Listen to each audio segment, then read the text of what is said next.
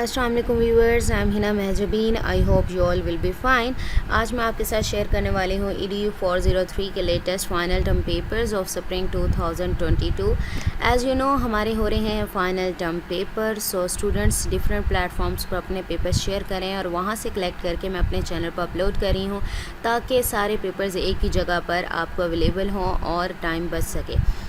इसके अलावा आप लोगों को आइडिया हो जाएगा कि किस टाइप के क्वेश्चंस पूछे जा रहे हैं पेपर में या पूछे जाते हैं, तो आप अच्छी अपनी प्रिपरेशन कर सकते हैं। सो पेपर शेयर करने से पहले अगर आप मेरे चैनल पर न्यू हैं दैन प्लीज़ मेरे चैनल को सब्सक्राइब कर दें और बेल आइकन को क्लिक करना मत भूलेगा ताकि अपकमिंग लेक्चर्स, डिफरेंट असाइनमेंट्स, क्विज़ेज़ और लेटेस्ट पेपर्स के नोटिफिकेशंस आप तक पहुंच जाएं। लाइक भी कीजिएगा, शेयर भी कीजिएगा। Okay ji, let's start from paper जो कि किसी स्टूडेंट ने शेयर किया है, 17 का है। टोटल क्वेश्चंस थे 52 क्वेश्चंस थे। साथ साथ मैं आपको टिप्स भी देती जाऊंगी कि किस तरह से आप अच्छा पेपर कर सकते हैं। ओके जी, टोटल 52 क्वेश्चंस थे, 40 MCQs थे। अब ये देख लें 40 MCQs, आई थिंक 30% वाला फाइनल टर्म में 30% चाहिए होते हैं एट लीस्ट, ठीक है, पास होने के लिए। तो आपका क्या होगा, 40 MCQs हैं। अगर आप अच्छे तरीके से MCQs भी प्रिपेयर कर लेते हैं, ये उनके लिए है जो कुछ भी नहीं करते, ठीक है। बाकी तो आप लोगों ने पूरे लेक्चर्स करने होते हैं, हैंड आउट्स। अगर आपने अच्छे मार्क्स, अच्छी CGPA लेनी है, स्कॉलरशिप लेनी है, देन ठीक है, हैंडआउट्स करें, वहाँ से अपने कॉन्सेप्ट क्लियर करें। बिकॉज़ अगर आप पास्ट पेपर भी उठाते हैं तो उसमें कुछ क्वेश्चंस ऐसे होते हैं जो सॉल्व करने वाले होते हैं, जब तक कॉन्सेप्ट क्लियर नहीं होता तो आपको समझ नहीं आनी। इसके अलावा आप कर सकते हैं, लेक्चर्स हो गए आपके, देन आप पास्ट पेपर देखेंगे, आपको आइडिया होगा कि किस टाइप के क्वेश्चंस पूछे जाते हैं। बट ये ख्याल रखिएगा कि आपका अगर कोई कोर्स मॉड्यूल में है, मीन्स ये अपडेट हुआ है, PDF हैंडआउट्स में ओल्ड हैंडआउट्स हैं।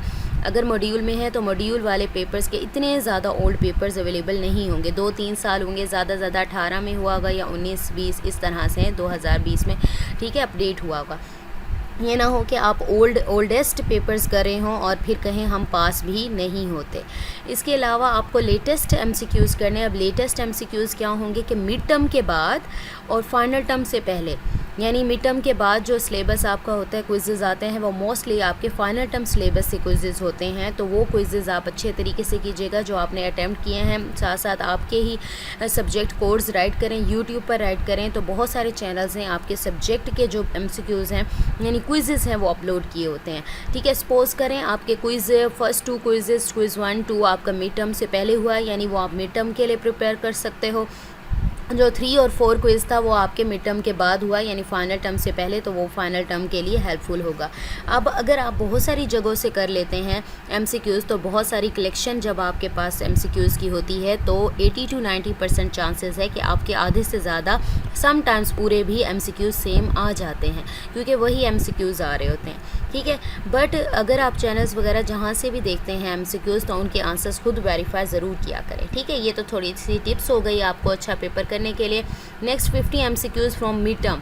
अच्छा जी, ये आपको सिलेबस बताया गया होगा कि 20%, आई थिंक 10 to 15 या 20% आप लोगों का मिड टर्म से आता है। तो मिड टर्म से मोस्टली वो 2 मार्क्स का या 3 मार्क्स के वो उठा कर दे देते हैं शॉर्ट क्वेश्चन या फिर MCQs देते हैं। और 15 MCQs आपके मिड टर्म से आए थे, बाकी from final term files and hand out से था।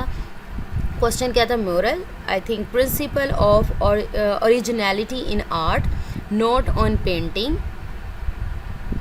नॉट ऑन पॉइंटिलिज्म, ठीक है, प्रोडक्ट डिज़ाइन, टेक्सटाइल डिज़ाइन। अब ये आपको आइडिया हो जाएगा कि ये टॉपिक्स इंपॉर्टेंट हैं। इन टॉपिक्स को अच्छे तरीके से कीजिएगा ईच एंड एवरी एंगल से, क्योंकि इसको डिफरेंट वेज़ में पूछा जा सकता है। हो सकता है टॉपिक वही हो बट क्वेश्चन डिफरेंट हो। How calligraphy revival in 19th century, time period of, पता नहीं किसका पूछा था, वो कहता है याद नहीं है। रोल ऑफ ऑडियंस अटेंशन, बस यही था, ठीक है। ये था, ये आप लोगों को आइडिया हो जाएगा कि किस तरह के क्वेश्चंस हैं।